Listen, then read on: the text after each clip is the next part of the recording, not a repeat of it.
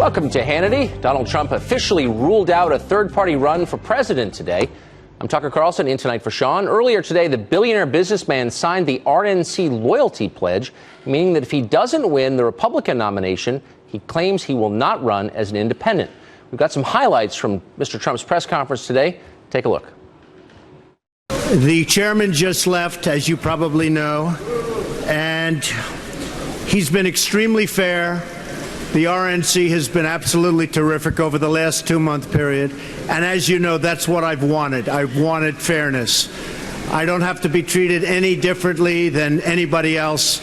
I just wanted fairness from the Republican Party. We're leading in every single poll. A new poll came out today where we're over 30%. We've actually hit numbers as high as 35 and 40%. And frankly, I felt that the absolute best way to win and to beat the Democrats, and very easily, I think, beat the Democrats, no matter who it may be, whether it's Hillary or anybody else. And I think maybe Hillary's going to have a very hard time, frankly, with what's happening, getting to the starting gate. The best way for the Republicans to win is if I win the nomination and go directly against whoever they happen to put up. And for that reason, I have signed the pledge. Yeah.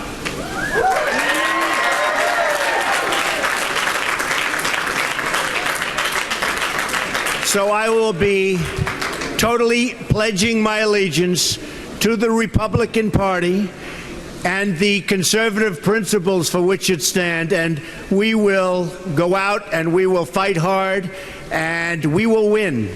We will win. And most importantly, we will make our country great again, because that's what it's all about. We have to make our country great again. Well, I think the big thing, Dana, that's changed is, and it's been obvious to all, number one, after I announced, we went up like a rocket ship. Nobody thought I was going to run, and they said, oh, he won't run, and he won't put in his papers, and he won't do all of this. I did that. The papers in terms of the company turned out to be spectacular. It's a great company. I built a great company. And all of the other papers have turned out to be very well received. And I think the thing that changed is the fact that I went to number one place very quickly after I signed, and after I, in this building, notified everybody that I'd be running for president. So I think the biggest thing is that I went early to number one, and the RNC has treated me with great respect. One of the things I want to do, and I feel very strongly, it's a country based on borders, and our country is based on laws. And when people come into the country illegally, we should not allow that. And this is not from South America, this is not from Mexico, this is from all over the world. When people come illegally, we cannot allow that. And I want people to come legally.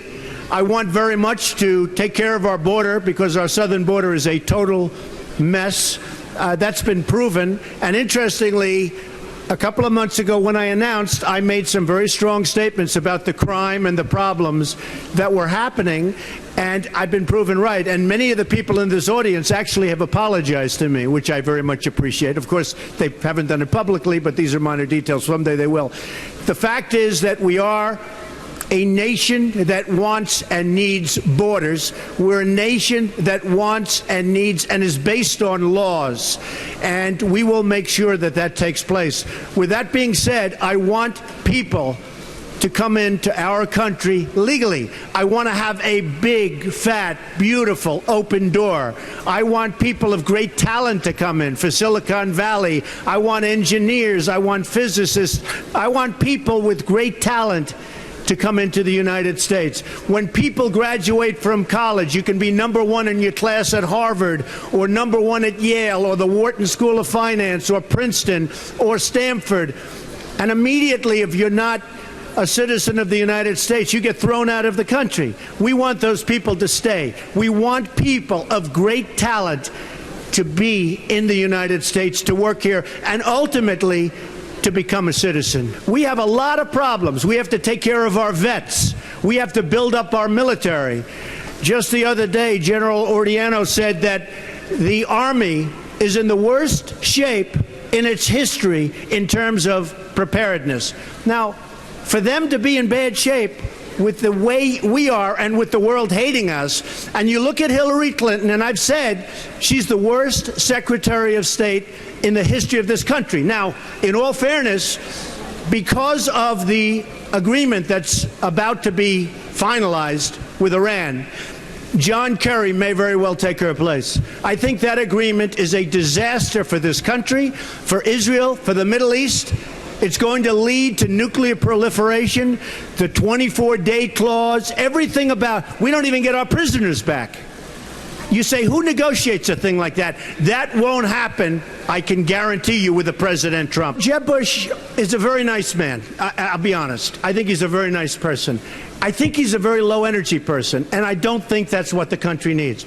I hear that he's going to spend a lot of money on negative ads on me, and honestly, look, he's getting the money from special interests. He's getting the money from lobbyists and his donors. And they're making him do it because he's crashing in the polls. So I don't know what's going to happen. If he spends $20 million or $25 million on negative ads, I don't know. I know that my life will continue. I just don't know. I mean, nobody's ever spent money on ads against me. But he probably has to do that, although it would not be the way I've done. You know, one of the things that I'm most honored about is that so far everybody that's attacked me has gone down the tubes. You have Lindsey Graham attacked me. He was at 3%. Now he's at 0%. You have Perry attacked me. Now he's getting out of the race. He was at 4 or 5%. Now he's getting out of the race. He was at 0%. Everybody, Rand Paul attacked me. I see the last poll, the Monmouth poll, just came out today, where I'm leading by double figures, and Rand Paul is down to less than 2%, and he attacked me. Now, Jeb Bush also just went down in the Monmouth poll, very big. So, I don't know. I mean, he's going to spend lobbyists' money and special interest money. Remember this.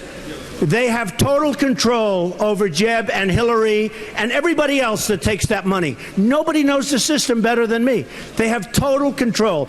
You understand it very well because you've been covering it for a long time. Those people that are putting up those millions of dollars have total control over your candidate. I will tell you this. Nobody's putting up millions of dollars for me. I'm putting up my own money. Kanye West, you know what? I'll never say bad about him. You know why? Because he loves Trump. He loves Trump. He goes around saying, Trump is my all-time hero. He says it to everybody. So Kanye West, I love him. Now, maybe in a few years I'll have to run against him. I don't know, so I'll take that back. But you know what? He's been so nice to me. I sort of, you people have sort of seen, because I've been a counterpuncher. I only hit people when they hit me. Only.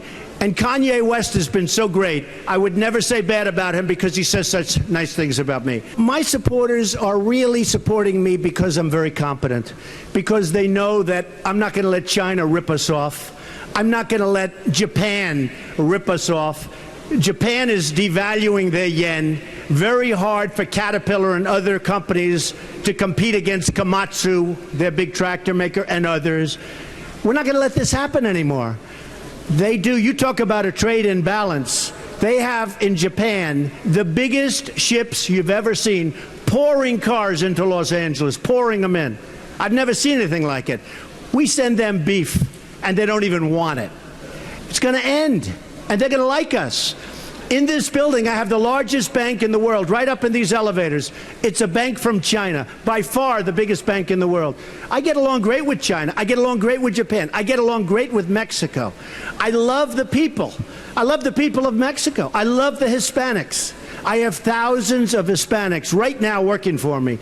Over the years, I have employed tens of thousands of Hispanics, many from Mexico. I have unbelievably great relationships, and in the package that we gave you, you'll see there's a poll, and I'm #1 with Hispanics. You saw that. #1 with Hispanics. So, look, for our country to be great, we have to be able to make great deals. We're going to be great to the vets. We're going to be terrific. Our military is going to be unbelievable. All of these things, we're going to get rid of Obamacare and come up with something that's much better and much less expensive. We're going to get rid of it. We're going to repeal it. It's going to be out. It should have been out a long time ago. It should have never happened. But we are going to take care of our country, and we're going to bring back jobs, and we're going to bring back wealth to the United States so we can afford to save Social Security, which I'll save without cuts, so that we can afford to do the kind of things that we have to do to make America great again. Ladies and gentlemen, thank you very much. And here is your pledge.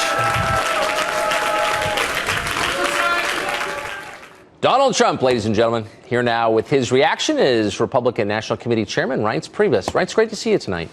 So, hey, Tucker. I remember when Trump first announced, I was hearing from people at the RNC and other leading Republicans in Washington, this guy's a buffoon, he's a disaster, he's going to destroy the Republican Party, what can we do about this? He opened tonight by saying, I've been treated respectfully by the RNC. How did that détente come about? Well, look, I mean, it's our job to treat all of these candidates respectfully and fairly, and if I wasn't doing that, then I wouldn't be worthy of being chairman of the Republican Party. So my job is to make sure that we've got a party that's ready for whoever the nominee is. But at the same time, I've got to make sure that all of our candidates pledge their loyalty to the party and also pledge that they wouldn't seek a third-party bid, because what would we be preparing the party for? So I'm happy that today happened. We've got complete unity with the 17 candidates now saying that we pledge our loyalty to the party. And I think our activists and our donors and everyone in between need to know that. And that's why today was a good day for our party. Well, it was definitely a good day for Donald Trump because he got the other candidates to agree to support him. He could not be kept off the ballot now. It works every direction. I mean, obviously, you're right. It works every direction. So do you believe it? I mean, we'll just do a quick thought experiment. Let's say 3 months from now, middle of the primaries, Donald Trump starts to lose, and then he loses. Do you really think he'll be able to decelerate? I mean, do you really believe that he wouldn't run third party? Really, I mean, it really doesn't matter. I mean, what matters is today. And sure, I mean, people, you can rip up whatever agreement you want and say, I've changed my mind. But I think that when someone puts their name on a piece of paper and says to the American people that I give you my word, and when the other candidates raise their hand and say, I'm not going to run as an independent, I think that means something. I think it means something when you run for president. Yeah. And when Donald Trump was asked today, is there anything that would change your mind? He said, there's nothing that would change my mind. This is what I'm doing. So you're right. It's possible. But I'd rather be where I am today than in a place where you have candidates that wouldn't pledge. So I've got to do what I have to do to put the party in the best position to win next year. It's a good point. Very quickly, is there any message or anything to be learned by Republicans in Washington from the Trump candidacy? Well, I think that there's a lot to be learned from a lot of these candidates that are out there talking about what we need to do to change and to lead in this country. Obviously, a lot of people are frustrated with Washington, frustrated with a system that doesn't seem to be looking out for the little guy. And I think you're seeing that across the country. So, yeah, there's a lot to learn. I mean, you've got, obviously, a whole lot of frustration out there, and I think people are seeing it. And you're seeing it actually on both sides of the aisle. And so I think both parties are learning a lot through this process. Yeah, I think that's true. Hope so. Reince Priebus, thanks a lot for coming on tonight. We appreciate it. Congratulations on Thanks. that.